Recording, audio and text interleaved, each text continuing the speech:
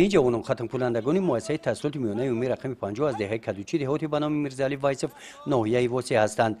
در دایره چرابینی‌های آمادگی دفاع حربی با عنوان سرجمی 6 روزه حربی با آموزش و مشق‌های حربی جلب گردیدند.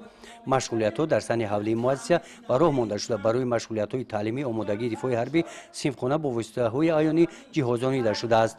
اشتراکچیان مشغولیت‌ها از تاکیدهای رهبر دولت به جوانان در سمت تربیت و تندرستی آگاه بوده با حس بلند ملی به وطن، ملت، دولت صاحب استقلال خود و زبان و فرهنگ ملی خویش افتخار نموده برای حمایت مادر وطن و در آینده ادا نمودن قرض شهروندی خود کوشش نمودند که با اشتراک فعالانه در این چهارمینی نازکی‌های آمادگی دفاع حربی را خوب از خود نمایند. آرزو دارم که بعد از ختم مؤسسه به صف قوای مسلح جمهوری تاجیکستان داخل شوم و در این 6 روزه آمادگی دفاع حربی بسیار چیز را از خود نمیدیم. در این 6 روزه حربی درس حربی ما آموختیم، مینه‌های دستی و مینه‌های زمینی، تایپ تانکی و دیگر نمودی لوازمات‌های جنگی را آموختیم.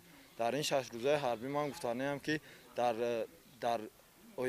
آینده می‌خواهیم که در صف قوای مسلح جمهوری تاجیکستان سربلندانه برای مادر وطن و کشور عزیزمون خدمت نماییم. در برابر مشغولیت‌های نظریوی، مشغولیت‌های عملی هم در سن حولی نزد بینای مؤسسه برای مانده شده در آنها جوانان با مهارت بلند آمادگی خود را نشان دادند. جوانان ما برای خدمت به وطن دائما تیارند. چنانه که سرفرمانده عالی قواهای مسلح امامعلی رحمان گنرال ارتش تاکید میکند هر یک فرد باید که در حالت آماده باش باشد. مقصد اساسی ما تیار کردن جوانان خدمت به صف قواهای مسلح میباشد. هر یک معلم حربی باید وظیفه خود را اجرا کند.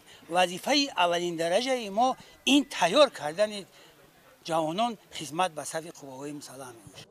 مشق‌های سرجمی حربی در همه مؤسسه‌های تعلیمی ناحیه به همین مانند در سطح بلند آمادگی‌ها دایر گردیده، هدف از برگزاری آن بلند برداشتن سطح آمادگی دفاع حربی ختم کنندگان و آمادگی جوان‌پسران برای خدمت در صف‌های قواهای مسلح جمهوری تاجیکستان میباشد. گزارش خوجا نظریف خدای نظر ظهروف از ناحیه واسه برای برنامه اطلاعاتی نوید.